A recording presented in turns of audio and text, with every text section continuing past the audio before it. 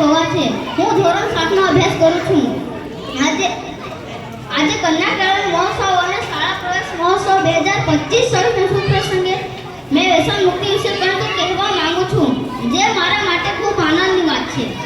આપણે જાણીએ છીએ કે વ્યસન એક એવી બુરાઈ છે જે આપણા જીવનને બરબાદ કરી નાખે છે. તંબાકુ, દારૂ, ગુટખા, સિગારેટ જેવા વ્યસનો આપણા શરીરના અંદર ખોખલું કરી નાખે છે. તેનાથી ફેફસા, હૃદય અને લીવરને ગંભીર નુકસાન થાય છે. જે વ્યસન કરનાર વ્યક્તિ પોતાના માટે નથી, પોતાના પરિવાર, સમાજ અને સમાજમાં ગંભીર નુકસાન થાય છે. આજે નાના બાળકો પણ વ્યસનનો શિકાર બની રહ્યા છે, જે ખૂબ જ દુઃખદ બાબત છે. આપણે સૌએ ભેગા મળીને બદીને દૂર કરવી પડશે.